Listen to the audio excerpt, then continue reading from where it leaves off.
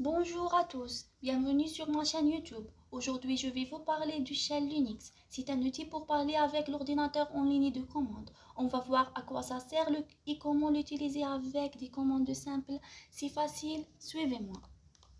Plein de présentations, introduction au shell Linux, présentation de l'interface, les commandes de base, les options et les arguments des commandes, et enfin une conclusion. Je commence avec définition de Linux. Linux est un système d'exploitation libre et open source, connu pour sa stabilité, sa sécurité et sa flexibilité, utilisé dans divers environnements, des serveurs aux ordinateurs personnels. Je passe à la définition du shell. Le shell est un programme qui permet d'interagir avec le système d'exploitation, c'est-à-dire le shell est un programme qui sert l'intermédiaire entre l'utilisateur et le système d'exploitation. Il s'agit d'une interface de ligne de commande qui permet aux utilisateurs de saisir des commandes, d'exécuter des programmes pour accomplir diverses tâches. C'est une interface en ligne de commande où l'on peut taper des instructions pour lancer des programmes, exécuter des tâches. Je passe à l'utilité et l'importance de maîtriser le shell. Administration système. Le shell permet aux administrateurs système de configurer, de gérer et de dépanner les systèmes. Ils peuvent utiliser des commandes pour créer des utilisateurs, configurer les paramètres de sécurité, gérer les processus et les services, etc. C'est-à-dire quoi? Le shell est un outil essentiel pour les administrateurs système. Il permet de contrôler et de gérer les systèmes informatiques grâce à de lignes de commande. Les développements. Les développeurs utilisent souvent le shell pour créer, tester et déployer des applications. Ils peuvent utiliser des commandes pour compiler des codes, exécuter des tests, déployer des applications sur des serveurs, etc. C'est-à-dire les développeurs utilisent le shell comme un outil puissant pour interagir avec le système et gérer leurs projets de développement. Automatisation des tâches. Le shell permet de créer des scripts pour automatiser des tâches répétitives. Cela peut inclure la sauvegarde de données, la mise à jour des logiciels, la surveillance de la performance du système. C'est-à-dire le shell permet d'écrire des scripts pour faire automatiquement des tâches que l'on doit répéter. C'est quoi le terminal? Le terminal est un outil très puissant sur Linux qui permet d'entrer et d'exécuter des commandes. Les éléments principaux du terminal, on a trois. Le prompt, l'utilisateur et le chemin actuel. Le prompt est un symbole ou un texte qui s'affiche dans le terminal pour indiquer que le système est prêt à recevoir une commande d'utilisateur. L'utilisateur, le nom d'utilisateur est identifiant associé à l'utilisateur connecté au système. Le chemin actuel, il indique le répertoire dans lequel vous trouvez actuellement.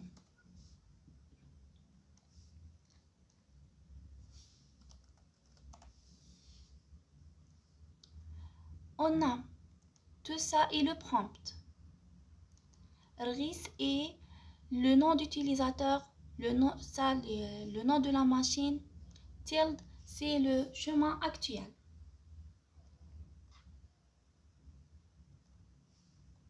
Je passe à les différentes méthodes pour ouvrir un terminal. Sous Linux, avec un raccourci clavier. Sur la plupart des distributions Ubuntu Mint, appuyez sur CTRL-ALT+T. Via le menu principal, ouvrir le menu des applications suivant accessible avec la touche Super ou Windows, rechercher terminal dans la barre de recherche, cliquez sur l'application terminal. Sur Windows, on a trois options. L'option A, Windows Command Prompt, CMD. Appuyez sur Windows plus R, tapez CMD et appuyez sur Entrée. Option B, Windows PowerShell. Cliquez sur Démarrer et recherchez PowerShell. Cliquez sur l'application Windows PowerShell. Option C, Windows Terminal, c'est installé. On met en œuvre la première méthode CTRL-C plus A. CTRL-ALT+T, CTRL-ALT+T. C'est ça le terminal.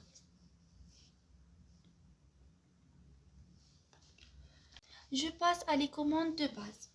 PWD, sa signification Print Working Directory, permet d'afficher le répertoire actuel. CD, sa signification Change Directory, permet de changer votre emplacement entre les répertoires. LS, sa signification liste, permet de lister le contenu d'un répertoire. Touche permet de créer des fichiers. MKDIR, sa signification Make Directory, permet de créer des répertoires. CP, copier, permet de copier des fichiers et des répertoires. MV, Move, permet de déplacer ou renommer les fichiers et les répertoires. RM, Remove, permet d'effacer des fichiers. On applique tout ça dans Linux.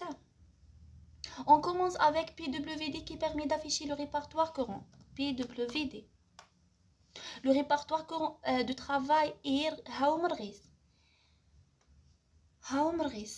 Et pour lister le contenu de ce dossier, on utilise la commande ls. Tous ces fichiers dans le répertoire Haumris, pour accéder à l'un de ces dossiers, on utilise la commande cd, par exemple cd disk top. On utilise pwd, je suis sous le répertoire Haumris desktop. Pour créer un répertoire, on utilise la méthode la commande mkdir, par exemple dos1 et créer. Pour créer un fichier, on utilise la commande touche F1 et créer. Je supprime. Les commandes cp, rm et mv, je le présenterai plus tard. Je passe à les options et les arguments des commandes. C'est quoi les arguments? Les arguments, ce sont des éléments dans lesquels la commande va agir comme un fichier ou un dossier. Par exemple, ls-aya. Ici, aya est l'argument qui indique à la commande ls de lister le contenu du dossier. Et les options, ce sont des paramètres qui modifient le comportement de la demande. Elles commencent généralement par tirer. Par exemple, ls-l. L'option -l demande à la commande ls d'afficher les fichiers avec des détails supplémentaires comme la taille de la dernière modification, la taille, etc. Je commence avec la commande cd. On a deux options. cd permet de remonter au répertoire parent. cd tilde, aller directement au répertoire personnel. J'applique.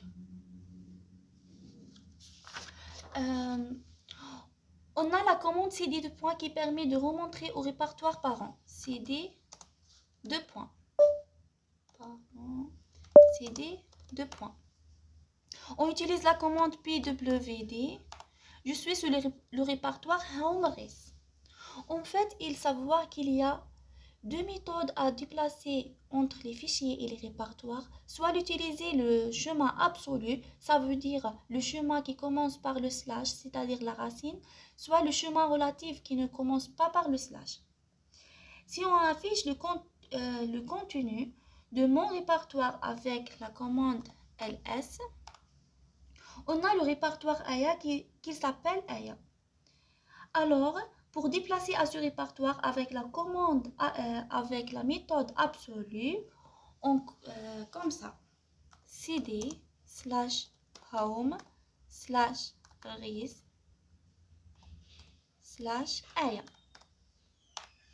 J'utilise la commande pwd. Je suis sur le répertoire home/ris/aya. Et pour remonter au répertoire parent cd pwd, je suis sur le répertoire Haumris. Et pour déplacer à le répertoire aya avec la méthode relative, comme ça, cd aya directement pwd, je suis sur le répertoire Haumris aya. Et on a la commande cd tilde pour aller directement au répertoire personnel. pwd, je suis sur le répertoire Haumris. Bon, je passe à la commande ls et ses options. En fait, il existe plusieurs options à ajouter à la commande ls, mais j'ai choisi quelques options fréquemment utilisées par l'utilisateur. On commence par l'option ls-l qui permet d'afficher des informations détaillées. ls-a pour afficher les fichiers cachés. ls-F permet d'ajouter un caractère pour identifier le type de fichier. ls-n pour lister le user ID et le groupe ID. ls-t pour trier les fichiers à partir de la date. ls-i pour afficher le numéro des nodes. ls-1 pour afficher un répertoire ou un fichier par ligne. J'applique dans Linux. On a ls. Cette commande permet d'afficher tous les fichiers et les répertoires dans mon répertoire courant. Je commence avec l'option ls-l. Elle m'a donné des informations détaillées sur tous mes fichiers et mes répertoires, par exemple la date de dernière modification, la taille, etc. Je passe à l'option ls-a. On retrouve beaucoup plus des fichiers et des répertoires, mais qui commencent par point, c'est-à-dire le fichier caché. -a est pour all. Ensuite, l'option ls-F. Je vais le comparer avec ls de cours. ls de cours. On retrouve qu'il y a un caractère ajouté à la fin de ces dossiers, c'est le slash. Le slash permet de nous dire que là, c'est un répertoire et n'est pas un fichier. Dans ce cas, nous n'avons pas de fichier. Pour la cinquième option, ls-n, pour lister le user ID et le groupe ID. Pour la sixième option, ls-t, pour trier les fichiers à partir de la date, c'est-à-dire si on regarde la date de la modification ou la création de répertoire AIA, c'est plus récent que la modification ou création de desktop. Je passe à l'option ls-i.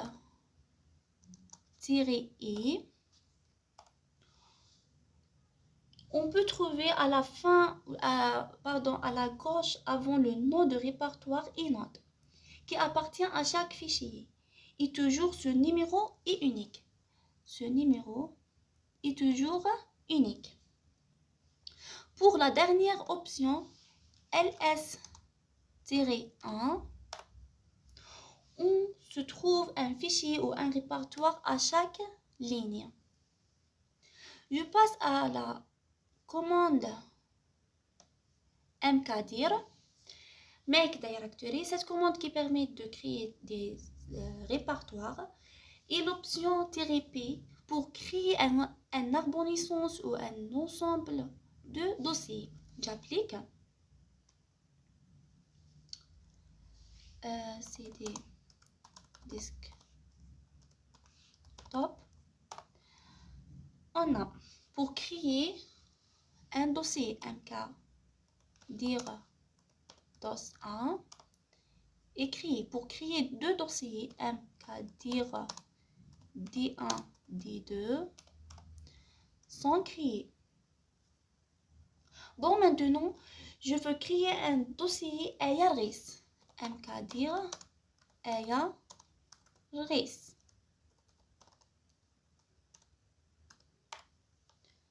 Dans ce cas, il crée deux répertoires au lieu d'un seul répertoire. Et pour créer un seul répertoire, on utilise les slash comme ça. mkdir /AIARIS /. Et créer le dossier, le répertoire AIARIS. Et pour créer une arborescence ou un ensemble de dossiers, on utilise la commande mkdir avec l'option -p, par exemple dd1 /dd2 /dd3.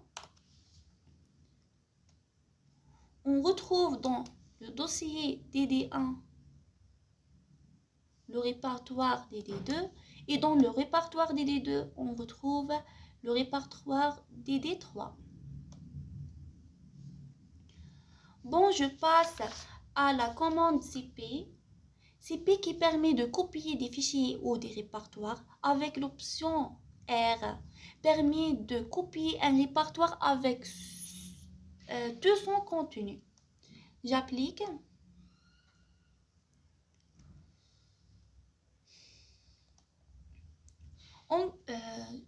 Pardon, je supprime tout.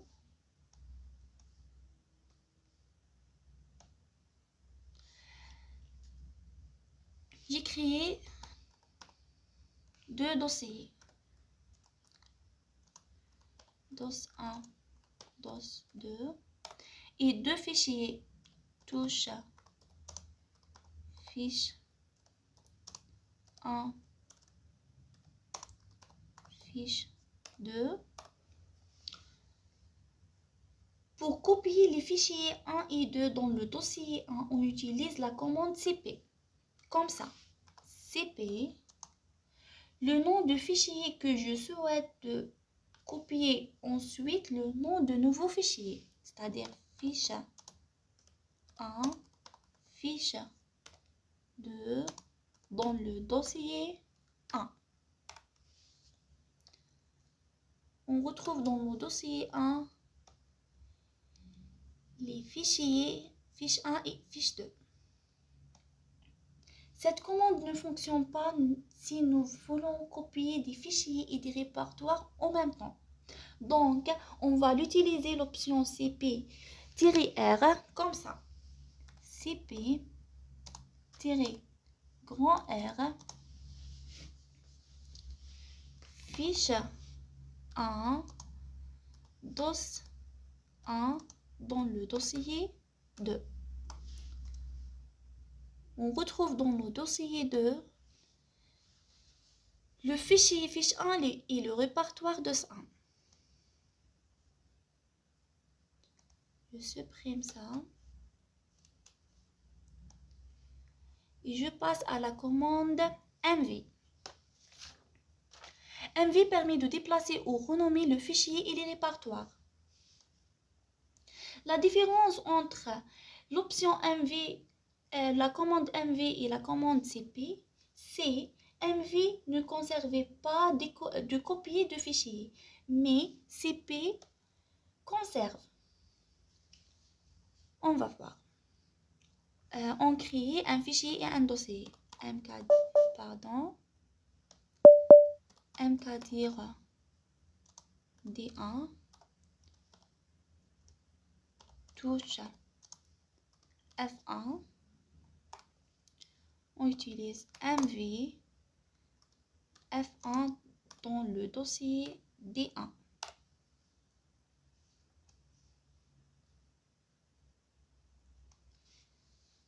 MV placer le fichier F1 dans le dossier D1 sans conserver de copie de fichier et il va supprimer.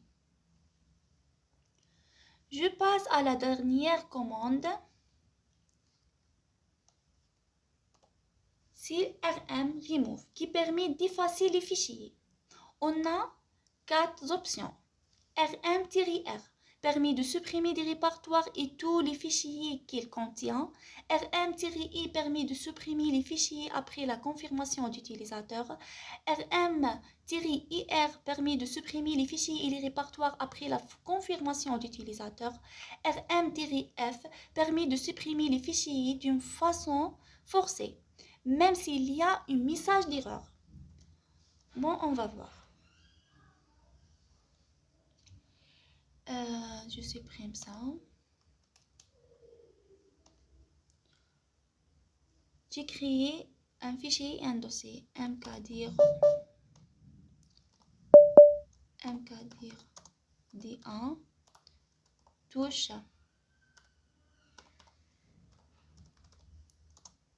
F1 sont créés. Pour supprimer ce fichier, on utilise la commande rm F1 et supprimer. Et pour supprimer ce dossier, on utilise rm-r D1 et supprimer. On crée deux fichiers et deux dossiers, mkdir D1, D2, touche F1, F2. Pour supprimer les fichiers et les répertoires après la confirmation d'utilisateur, on utilise la commande rm-i respectivement rm-ir. Je supprime le fichier 1, rm-i f1. Yes. Et supprime. Pour supprimer le dossier 1, rm-ir D1. Yes. Le dossier 1 est supprimé. La dernière chose est rm-f pour supprimer les fichiers d'une façon forcée sans message d'erreur ni confirmation. Comme ça. rm-f F2 et supprimer forcément. Je passe à les commandes des combinaisons.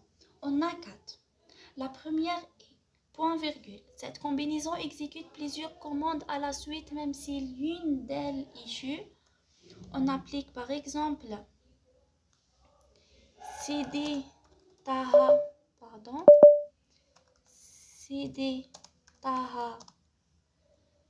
point virgule ls avec taha n'existe pas dans le desktop. Si le dossier n'existe pas, la commande ls sera exécutée comme ça. Il affiche tous les fichiers et les répertoires dans le desktop. Et si le fichier n'existe pas, elle affiche la liste. Et si le fichier existe, elle affiche la liste des fichiers et répertoires de ce dossier. J'ai choisi l'informatique. cd informatique point virgule ls. Il affiche tous les fichiers et les répertoires dans le dossier informatique. Je passe à la deuxième combinaison. La deuxième commande s'exécute si seulement si la première reçue. J'applique par exemple cd. Par exemple, mkdir système avec ce dossier n'existe pas and ls. Si le dossier est créé, la commande ls affiche tous les fichiers et les répertoires dans mon répertoire courant desktop. Je passe à la troisième combinaison. La deuxième commande s'exécute si et seulement si la première est échue. Par exemple,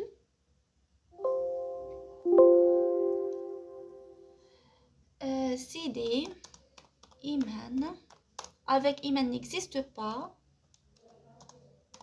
ls. La commande ls affiche tous les fichiers et les répertoires dans mon répertoire courant. Je passe à la dernière combinaison. Cette commande affiche uniquement les fichiers qui contiennent .txt dans leur nom. Par exemple, ls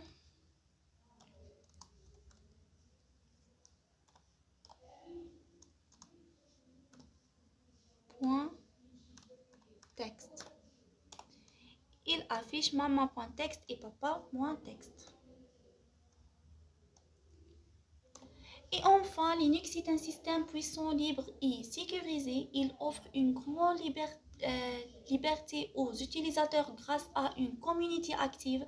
C'est un excellent choix pour l'avenir de l'informatique et merci pour votre attention.